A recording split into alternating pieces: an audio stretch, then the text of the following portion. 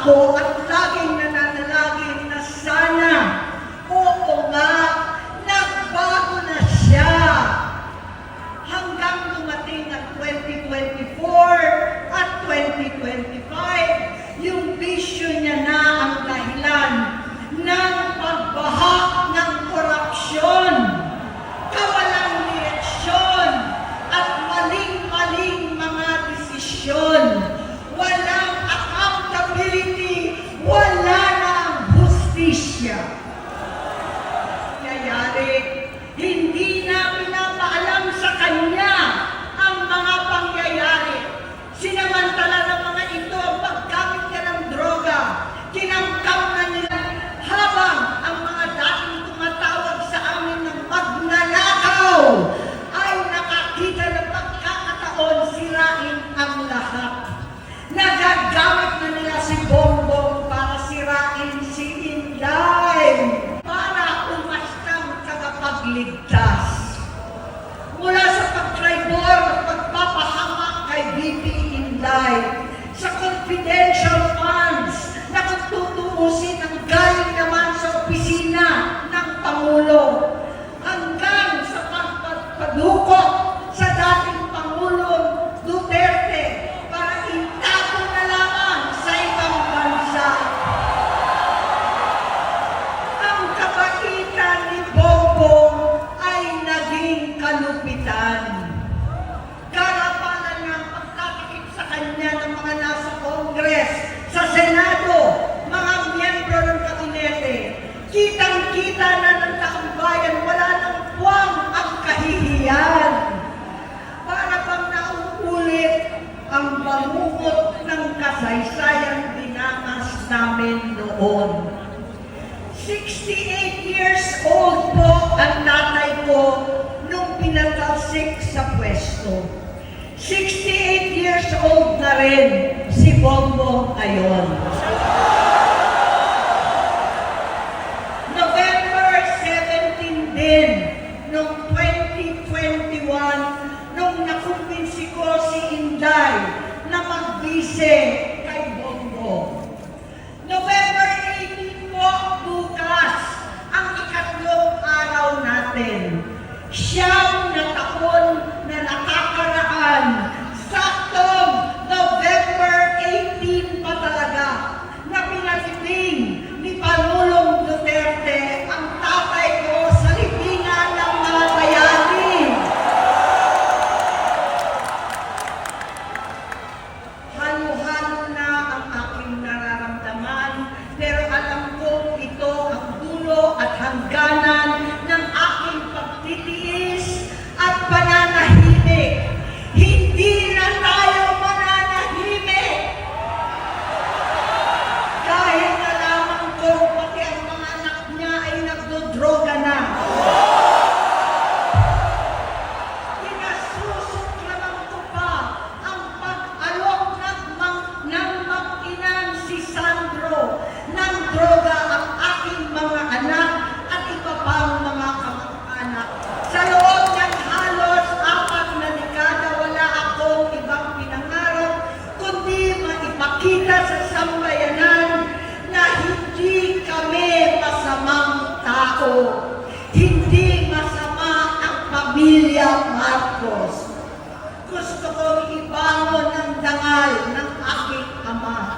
Sa pamamagitan ng nagpagtatrabaho para sa bayan, sinikap kong maging mabutawan, senador. Hindi ako halos nagpapahinga para makapag-iwan sana ng legasing Marcos na bawal na namin ang tingin sa nakaraan. Sa aking ama, nabigo akong maging mabatid. Naging mahina ako kay Bongbong. Sa kapulisan at sundalo, sa lahat ng mga leader at tagapagpatupad ng batas, siya ang Pangulo natin ngayon. Sinabi ko kung anong kalagayan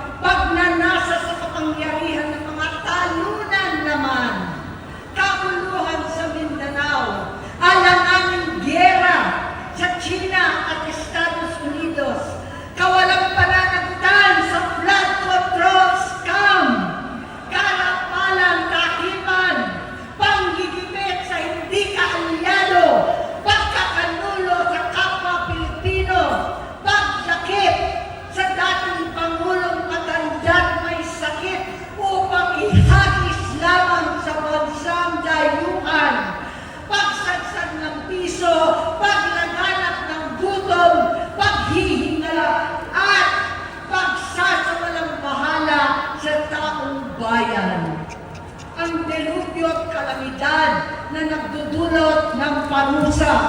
Ang korupsyon na nauwi sa kawalan ng tiwala at hustisya sa Pilipinas, sa kanyang pamahalaan, lahat ng yan ay masusolusyonan kung ikaw, aking kapatid, magsaayos ng iyong sariling kalusugan.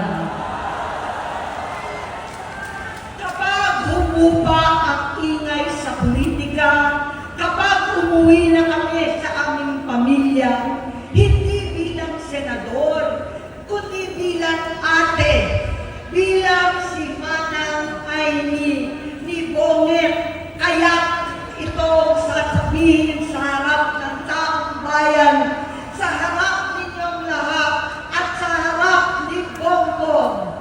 Bonget, magtatatlong taon na tayong hindi nakakausap.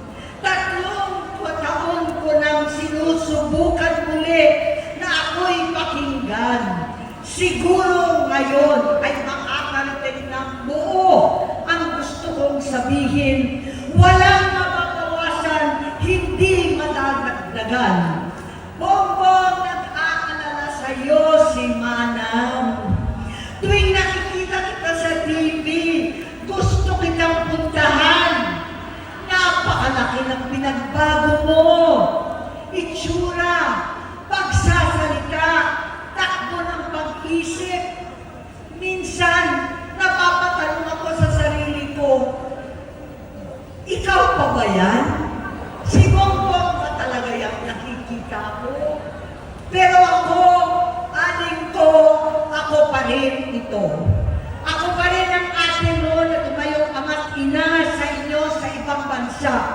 Ang kasama nyo sa sumubok na sanglain lahat ng sakit para sa iyo. Ang kapatid mo na hindi mo kailangan hingan ng tawad dahil agad ka nang iniintindi at tatanggapin dahil mahal kita.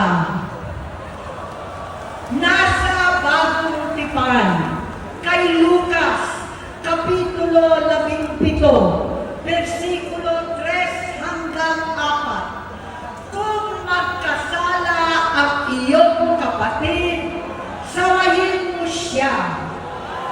At kung siya'y magsisi, patawarin mo siya.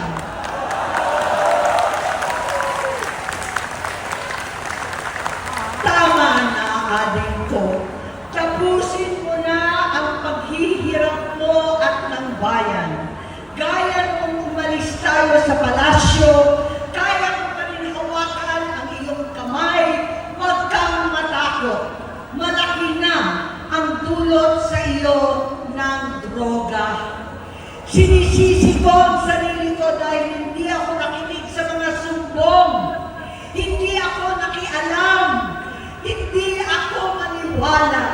Pero hindi pa huli ang lahat. Tama na, aling ko. Magpahinga na tayo. Umuwi na tayo. Magpagamot, magpagaling at nangangako ako. Hindi ako malilinang, hindi ako magkukulang.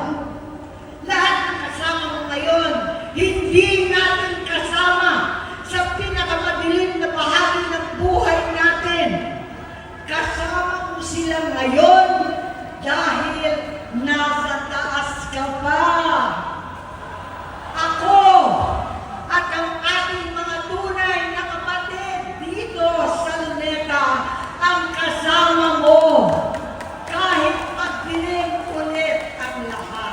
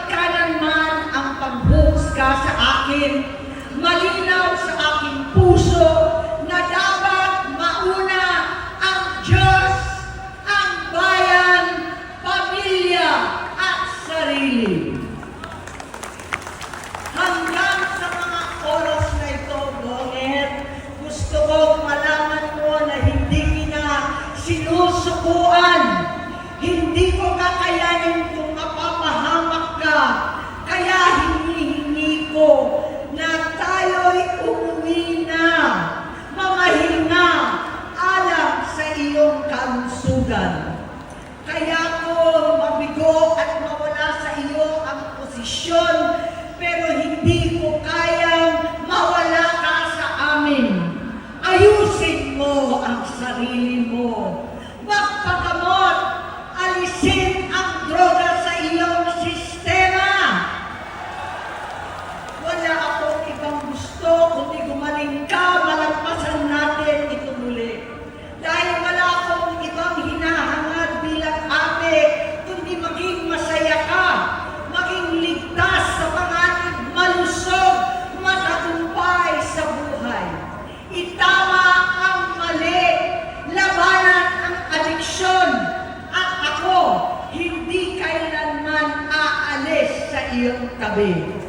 Susuporta at hindi titigil manalangin kasama ninyo dito sa Luneta at sa buong mundo.